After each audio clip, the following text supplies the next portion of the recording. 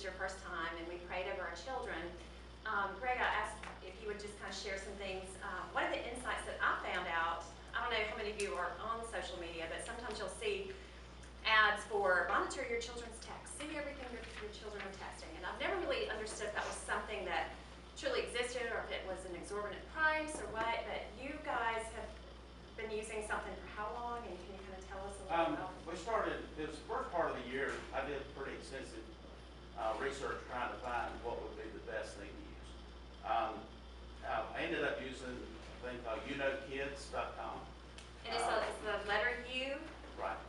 And No, kids.com. I've got some handouts here. Okay. That gives some ideas of what all it tracks. For Apple devices, it's a little bit extra. It's a one-time charge for a lifetime on that particular aspect of it. There's probably some other apps out there that may track a little deeper, but I'm not sure how familiar you are, but you have to jailbreak your phone. And if you jailbreak it, you void the warranty. So I wasn't interested in voiding any warranty. So this one does not require jailbreaking. It will track messages, pictures, URLs, phone calls, deleted messages. It will just send you notifications and email if messages are deleted. It will send you notifications if there's different types of language used in messages, and it will give you the interpretation. And I've learned some pretty interesting things what they're using for coding and work. Huge thing that you just said, the interpretation, the codes and things that are trending. It's one thing to get your text, but then you see it and you're like, I don't even know what this abbreviation is for, and that's pretty helpful. And it actually breaks it down. Wow. How long have you used this? We've been using it since February. Wow. And it costs about, did you say cost on this? Yeah, and I did find a link in there that we can use that will give a 50% discount off those prices. Okay. And that URL is at the bottom. Great. Of that page. If you guys have anything like this in the future, I know Denise will give us some resources and things. Feel free to contact me, or you can get my number through John, but I really appreciate you kind of sharing that. This is really helpful. So as we go through this, just jump in there and share your things, even if you've got results from your small groups that you want to come to us and talk about. So thank you.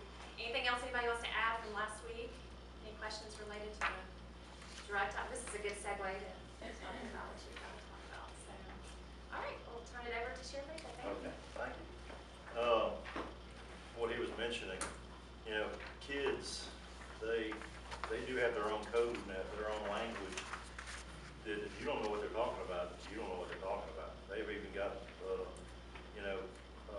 LOL. I mean, everybody knows what LOL is, laughing out loud kind of thing. But they've got stuff saying parents looking over my shoulder codes that, you know, if they're texting somebody, they're doing codes back and forth. It may look innocent to y'all, but it's actually meaning something.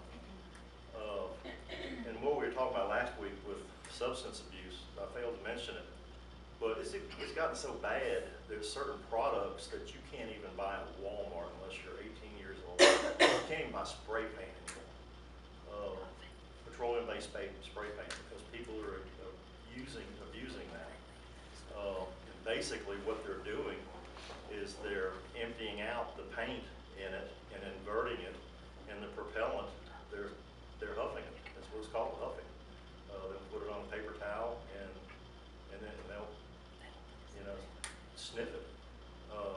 So my 17-year-old son a couple of years ago, I sent him to Lowe's to go buy some paint. He kept coming back and said, I can't buy it. And that kind of perturbed me until I realized why. You know, but it's sad that you have to do that.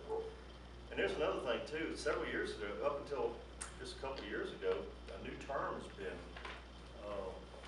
coined, and it's called sexting.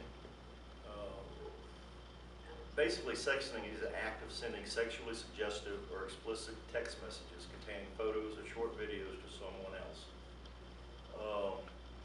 You know, years ago, the most thing you could do with a telephone was probably harassing phone calls or threatening phone calls, something like that. But now, usually the recipient is a future girlfriend or boyfriend, or a prospective boyfriend or girlfriend. They're usually sent on cell phones or through email. But the results can be disastrous. They because of modern technology, children, and everybody needs to realize that once it's transmitted electronically, it's out there. I mean, it's there. You think, kids say, well, I deleted it. I cleared my history. I cleared my cookies. I did this, I did that. Once you transmit something to somebody else, it is out there. I've heard kids say, well, they use Snapchat because for y'all that aren't familiar with Snapchat, basically it's a temporary, you can send a picture, a text, a video to the recipient, and once they get it, it only lasts on their phone for just however long, short time that you do it, and then it disappears. And that gives those kids a false feeling of security because, I don't know if they don't realize it, and kids are so techno-savvy, they've got to know it. But if you send something to me, and it's a picture or something like that, all I have to do is take a picture of the screen, and it's there, okay? It might not be there 5 minutes from now if I hadn't screen saved it, but if I screen save it, I've got it in my phone. And that's what's hurting a lot of kids. They don't realize the importance of sending that kind of stuff.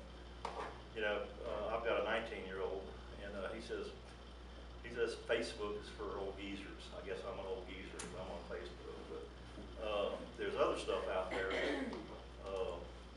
Technology is awesome, but it's also very scary. A lot of professions look at social media that kids don't realize. College entrance, people that do college entrance exams, prospective employers, they look at social media to see what's out there. And these kids may think it's just a flirtatious type thing, and it's the cool, trending thing to do. But they gotta understand it's gonna follow them the rest of their life. They may send some little cheesecake photo they think is very innocent, and forget about it. But 10 years from now, if they go for that really competitive, important job, and that pops up, they're gonna regret it. So that's why you need to talk to the kids. And we used to have to talk about the birds and the bees to the kids. We have to talk about so much more with our kids. And like I said last week, that's the part of being a parent. You don't want to be their buddy. You don't want to be their best friend. You're their parent. You can still be friends with them, but you have an awesome responsibility. If you're raising a child, if you're a grandparent, a parent, a school teacher, you can't be their best friend because, like it or not, you have to discipline. A lot of parents do not like to discipline their children, and you're causing a great injustice to that child. Consider this. Your daughter sends a cheesecake photo or worse, to her boyfriend. They break up 2 weeks later under bad circumstances. It's not a good breakup. He's mad.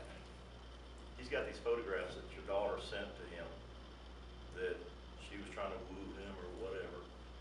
Now he sends them to everybody on his Facebook account, social media account, address book, and also to hers. What good comes out of this? Anything? No. She's labeled as loose, or a lot worse.